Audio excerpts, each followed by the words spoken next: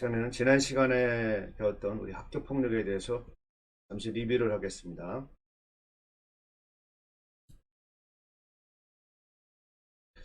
자, 학교 폭력은 뭐죠? 네. 학교 내나 외에서 학생을 대상으로 하는 상해, 폭행, 감금, 협박, 약취, 유인, 명예훼손, 모욕, 공갈, 강요, 강제적인 심부름 및 성폭력, 따돌림, 사이버 따돌림, 정보통신망을 이용한 음란, 그리고 폭력정보 등에 의해서 신체 혹은 정신, 재산상의 피해를 수반하는 행위죠. 즉, 학교 내외에서 학생을 대상으로 하는 그러한 여러 가지 범죄, 그걸 바로 학교 폭력이라고 합니다. 집단 따돌림도 있고요. 그 다음에 사이버 따돌림도 있고요. 이런 것들이 학교 폭력에 포함된다. 학교 폭력의 유형으로는 이제 대표적인 것들이 8가지다. 신체폭력, 언어폭력, 집단 따돌림, 스토킹, 사이버폭력, 금품 갈취, 그 다음에 강요, 그 다음에 성폭력입니다. 신체폭력은 뭔가요? 신체를 사용해서 폭력을 행사하여 다른 사람에게 해를 가하거나 재산상의 손실을 가져오는 행위. 이게 이제 신체폭력이죠.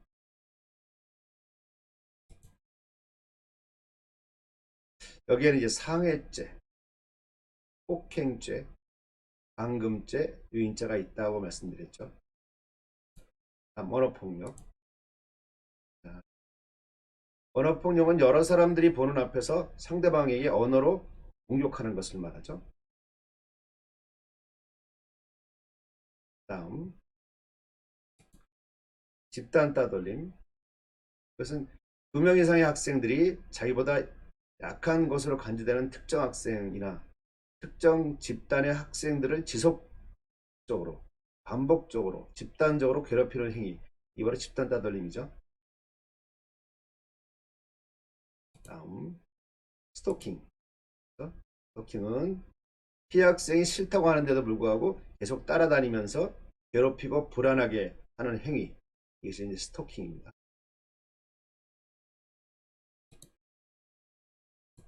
그다음에 사이버 폭력.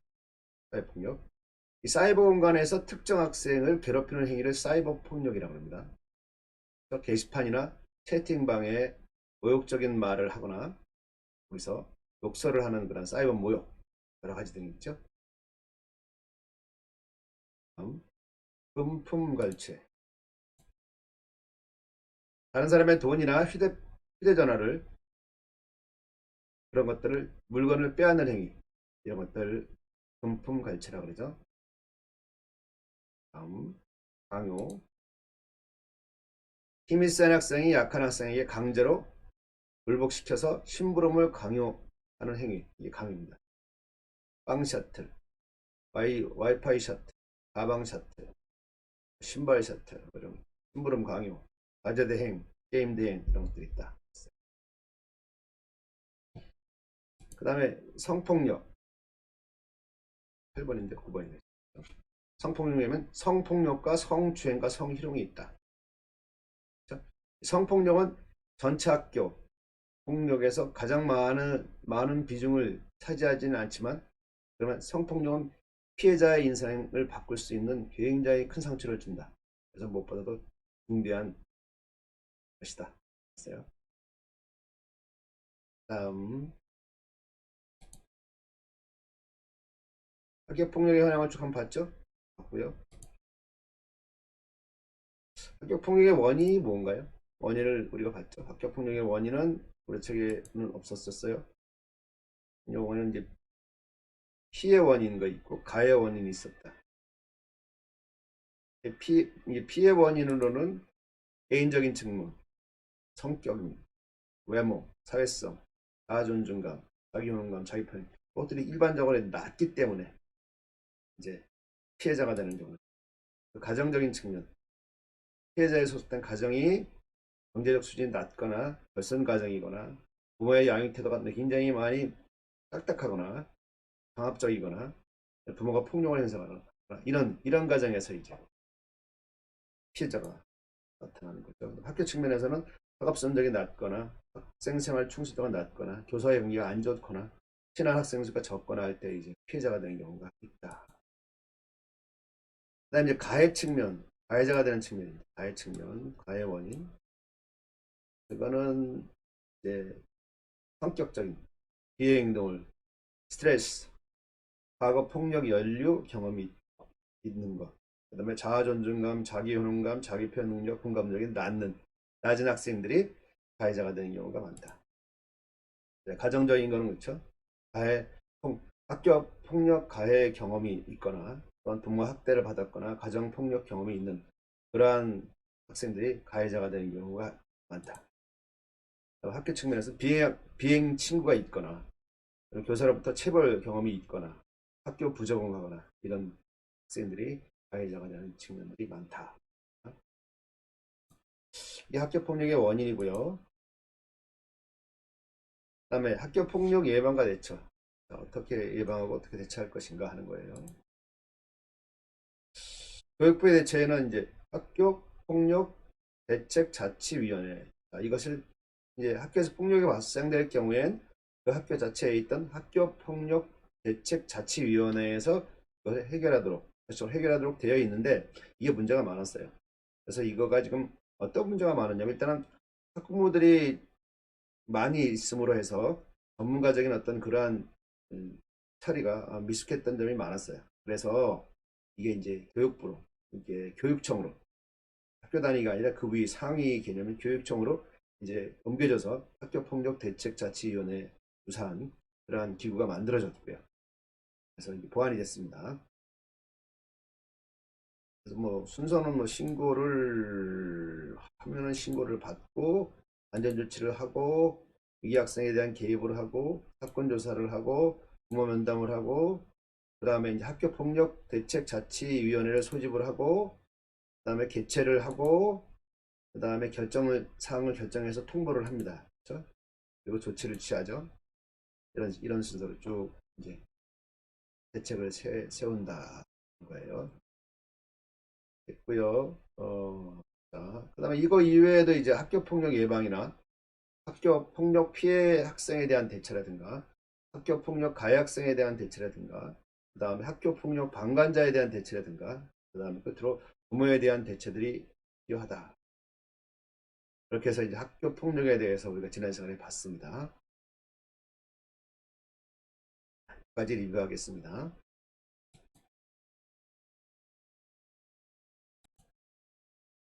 네, 이번 시간에는 청소년 문제와 보호 제5장 학업 중단에 대해서 보겠습니다.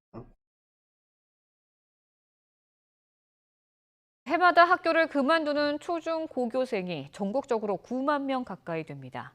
특히 서울 지역 학교 밖 청소년의 80% 이상은 고등학교 1학년, 2학년 때 학업을 중단하는 것으로 조사됐는데요. 학교 밖의 청소년을 돕는 방법을 마련하기 위해 세미나가 열렸습니다. 권호진 기자가 보도합니다. 서울 지역에서 매년 학교를 떠나는 청소년은 만여 명에 달합니다. 이들 가운데 학교에 적응하지 못해 학업을 중단한 청소년이 지난해 기준으로 4,500명 이상 되는 등 계속 늘고 있습니다.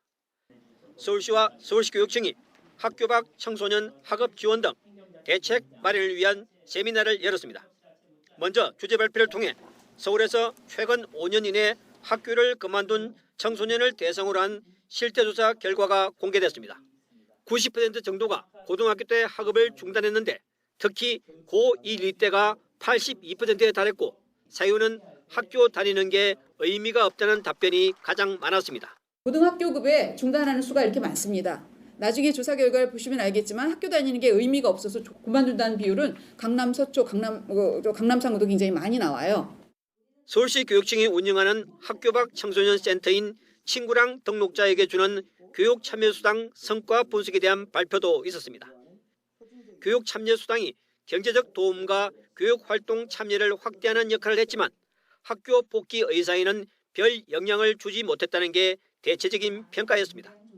초등학교 단계에 복귀하거나 중등으로 진학하는 경우는 없었고요. 중등 단계, 그다음에 고등학교 진학, 대학 진학 이렇게 해서 19명입니다. 들이 학교로 복귀하고 싶다라고 하는 비율은 그렇게 높지 않습니다. 25% 정도. 학업 중단 위기 학생과 학업 중단 청소년 지원을 연계하는 학업 중단 숙려제의 재검토와 대한학교 등 학교 밖에서의 다양한 학습 기회 제공도 대책으로 제시됐습니다. 이 학생들에게 맞는 어떤 틀에서 못 견디고 힘들어하는 이 틀을 벗어나서 살 수 있는 이런 지원, 이런 것들이 다양한 방식으로 이루어질 필요가 있겠다. 참석자들은 지원 기관 간 정책 공조를 통한 청소년 성장 안전망 구축과 아무 일도 하지 않는 학교 밖 청소년을 위한 취업과 직업교육 활성화도 시급하다고 지적했습니다. YTN 근호진입니다. 자, 학업 중단은 6개의 절로 제가 언급을 하겠습니다. 우리 교재처럼 1절에는 학업 중단에 대한 이해, 속에 이제 학업 중단의 정의를 하고요. 그다음에 학업 중단 청소년 유형에 대해서 보고요. 그다음에 2절에 학업 중단 청소년의 현황에 대해서 보고요. 3절은 학업 중단의 원인, 그래서 개인적인 요인, 가정적인 요인, 또래 요인, 학교 요인, 지역사회 요인을 보겠습니다. 그리고 4절에는 학업 중단의 문제점을 보겠습니다. 5절에는 학업 중단 청소년의 진료 및 욕구를 보겠습니다. 그리고 마지막 6절에는 학업 중단 예방과 대처를 보겠습니다.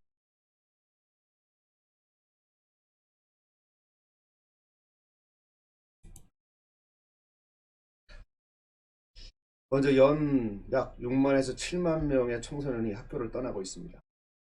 이는 하루 평균 200여 명, 이 정도가 이제 중학교, 초등학교, 고등학교가 학생들이 학교를 떠나고 있다는 것입니다. 2014년도 교육부의 자료에 의하면 학교로 복귀하지 않는 비율, 떠나고 나서 않는 비율이 초등학교 경우에는 20%, 중학교에는 50%, 고등학교는 75%에 이른다고. 이거는 이제 2014년도 통계고, 지금 통계는 훨씬 더 안 좋죠.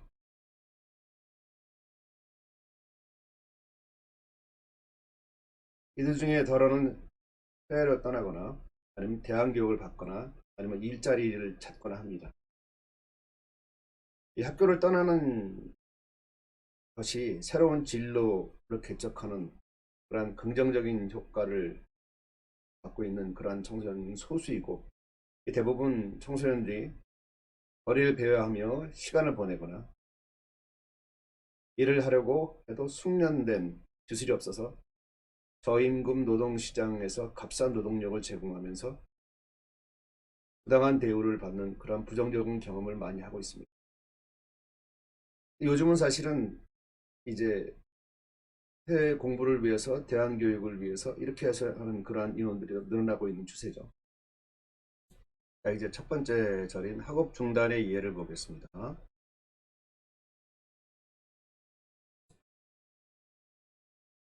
자, 먼저 학업 중단의 정의. 학업 중단이 무엇인가요?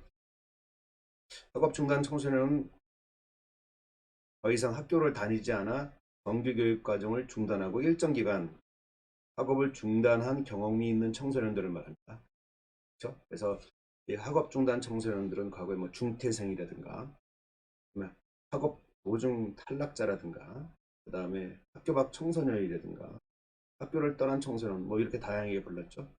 이 용어 중에서 이제 2002년에는 교육부에서 학업 중단 청소년이라는 용어를 사용하기 시작을 했고, 2003년도에 개정된 청소년 기본법에서 학업 중단이라는 용어를 공식적으로 이제 사용하기 시작했습니다. 그 이후에 이제 학교 밖 청소년이라는 용어를 쓰기 시작했는데, 학교 밖 청소년 용어는 사실은 용어는 학업 중단 청소년 그러한 개념을 포함하는 개념입니다. 그래서 더 넓은 개념이죠. 학교 밖 청소년. 그러니까 학교 밖 청소년 중에는 여러 가지 유형인데 그 중에 하나가 이제 학업 중단 청소년이겠죠. 그랬어요. 그래서 실제로 이제 2012년도에 서울시에서 학교 밖 청소년 종합 지원 대책을 발표합니다. 그래서 서울시가 이제 학교 밖 청소년에 대해서 이제 공식적으로 다루기 시작했고, 정부가 이제 2014년도에 학교 밖 청소년 지원에 관한 법률을 제정하고 2015년도에 본격적으로 여성가족부에서 이제 학교 밖 청소년 지원에 관한 법률에 근거해서 학교 밖 청소년 종합대책을 발표하면서 이제 광범위하게 학교 밖 청소년들에서 대책을 마련하고 정책을 실시하게 됩니다. 자, 우리 책 104페이지를 하고 있죠. 여기 보면 104페이지 아래 보면은 학교 밖 청소년 지원에 관한 법률에 학교 밖 청소년에 대해서 어떻게 규정하고 있냐면요. 있죠? 세 가지가 있습니다. 초등학교, 중학교 또는 이와 동일한 과정을 교육하는 학교에 입학한 후 3개월 이상 결석하거나 그다음에 취약 의무를 위한 청소년, 그다음에 고등학교 또는 이와 동일한 과정을 교육하는 학교에서 제적, 퇴학 처분을 받거나 자퇴한 청소년, 그죠? 그리고 세 번째는 고등학교 또는 이와 동일한 과정을 교육하는 학교에 진학하지 아니한 청소년. 그래서 이러한 정의로 볼 때에 학교 밖 청소년은 학업 중단 청소년을 포함하죠. 그 이외에 학교를 다니지 않는 가출 청소년, 또한 학교를 다니지 않는 근로 청소년, 또한 범죄 청소년, 성매매 청소년 모두를 포함하는 용어입니다. 그래서 이 강좌 시간에는, 이 강의 시간에는 가능한 학업 중단 청소년을 위주로 하고 이제 그 바깥에 또 학교 밖 청소년도 어느 정도는 다루겠습니다. 네, 다음은 학업 중단 청소년 유형을 보겠습니다.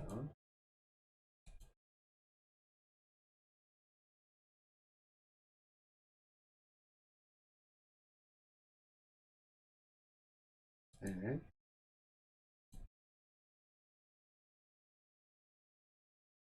오로우가 구분한 거죠. 5가지 유형 학업 중단 청소년. 먼저 떠밀리는 학생, 네. 바람직하지 않은 학생으로 판단되어서 떠밀리는 학생. 비제휴형 학생, 학교와 관련되기를 원하지 않는 그런 비제휴형 학생. 다음 교육적 사명자, 그것은 학교의 프로그램을 수행하지 못하는 그러한 학생들을 말하죠. 교육적 사망자. 그 다음에 학업 중단자, 가정에서 사회화가 학교의 요구와 일치하지 않지만 능력 있는 그러한 학업 중단자. 그리고 5번째로 학교로 다시 복귀하는 학업 중단자. 이렇게 5가지를 구분했어요. 근데 우리나라의 현실로 비춰볼 때 우리는 이제 2가지 큰 유형으로 나눌 수가 있죠. 우리나라 용어를 한번 보죠. 이렇습니다. 그래서 이 자발형과 비자발형 되죠. 자발형과 비자발형. 학업 중단이 청소년 스스로 자발적인 선택이었는지 아니면 비자발적인 선택이었는지를 구분하는 거죠.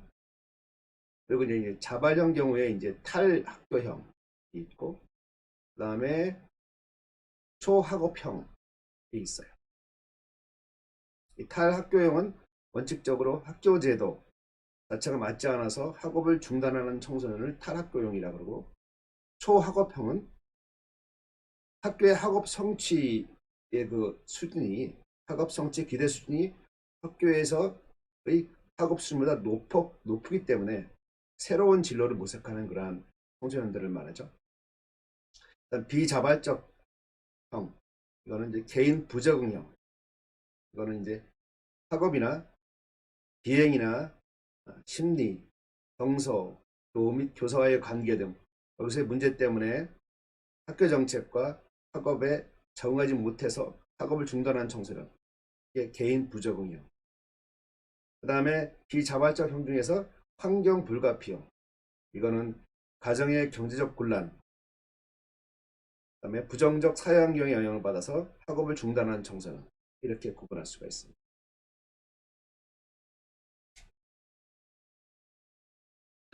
이절 학업 중단 청소년 현황을 보겠습니다.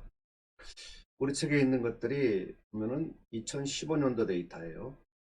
좀 굉장히 오래됐죠. 지금은 2020년도인데 제가 인터넷을 좀 찾아서 최신 데이터를 좀 봤습니다. 보세요. 최신 데이터입니다. 여기를 한번 보면은 전국에 초중고에서 학업을 중단하는 학생이 매년 늘어납니다. 늘면서 1년에 5만 명 이상 학교를 떠나는 것으로 나타났습니다. 여기 보면은 2015년에는 4만 7,070명이죠. 2016년에는 4만 7,663명. 그 다음에 2017년에는 5만으로 넘어갔어요. 5만 57명. 그 다음에 2018년도에는 5만 2,539명. 점점 늘어납니다. 늘어나고 있고, 학업 중단율도 대비, 학생 수 대비 학업 중단율이 점점 0.77, 0.81, 0.87, 0.94. 실제로 학생 수는 줄어들고 있죠. 5만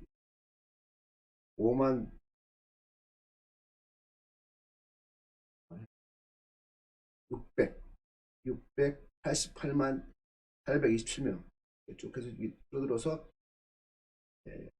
2018년도에는 558만 4,249명 줄어드는 데 비해서 학업 중단 수는 늘어난다는 거예요. 거꾸로 가고 있다는 거죠. 그래서 이러한 학업 중단을 예방하기 위해서 이 학업 중단 숙려제가 현재 지금 정부 교육부에서 운영되고 있습니다. 근데 오히려 이제 그 효력이 없다는 거죠. 효력이 없고 더욱더 학업을 중단한 학생이 늘어나고 있다는 그러한 보고입니다. 기사를 보면은 네, 기자에 의하면 네, 네, 그렇죠. 보고 그다음에 그리고 그에 비해서 학교 복귀율은 더 낮아지고 있다는 현상을 보이고 있다는 거예요. 물론 우리 책에도 그렇게 돼 있어요. 우리 책에 보면은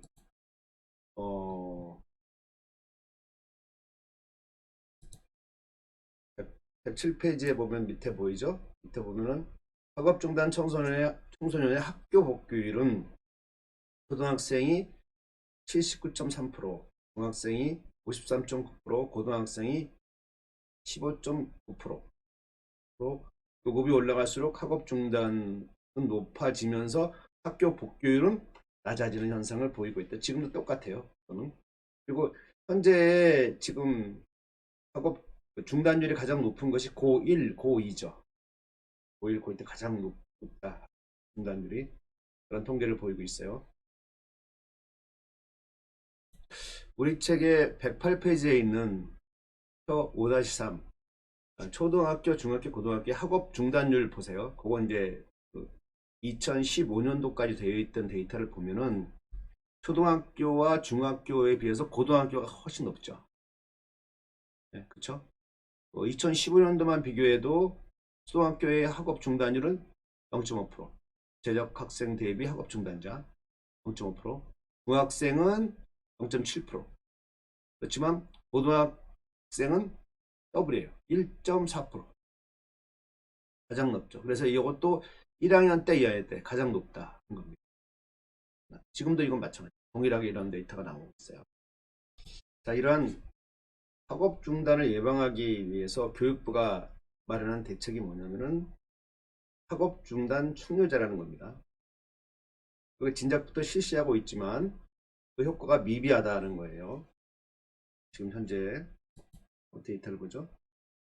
보시면 이제 이건 초, 중, 고 해서 학업 중단 숙려제, 즉 학업을 중단하는 학생들이 학업을 중단하지 않게끔 학업 중단하기 전에 이제 학업 중단 숙려제라는 프로그램을 해서 이제 중단을 하지 않도록 하는 그런 프로그램을 돌리고 있는데, 그 프로그램이 보면은 효과가 없다는 겁니다. 예. 제가 이제 학업 중단 숙려제도 제가 보겠습니다. 보고, 예. 그래서 효과를 발휘하고 있지 못하다. 그 이유가 무엇이냐? 그것도 이제 영상을 한번 볼 거예요. 그러면서 제도적인 개선이 필요하다. 여기 한번 보죠. 여기서 보면은 보시면 요거는 이제 전희경 의원이 국회의원이죠. 발표한 내용입니다. 여기 보면 학업 중단 숙려제는 초, 중, 등 교육법 제 28조에 따라서 학교 부정을 겪거나 학업 중단 의사를 밝힌 학생에게 숙려할 기회를 한번 생각해 보는 거죠. 깊이 기회를 부여하는 제도다. 이 숙려제는 약 1주부터 7주간 정도 동안 운영되는 프로그램이다. 그리고 판단 기준, 숙려 기간 동안 출석 일수 인정 범위 등에 대한 사항은 교육감이 정한다. 예. 그리고 이 숙려제 참여 학생 개개인의 욕구, 학업 중단 위기 원인을 종합적으로 파악해서 상담 상담 및 치유나 진로 개발 등 프로그램을 진행한다. 자, 이러한 학업 중단 숙려 프로그램 있죠? 여기 있고요. 그런 얘기를 하는 겁니다. 그리고 이거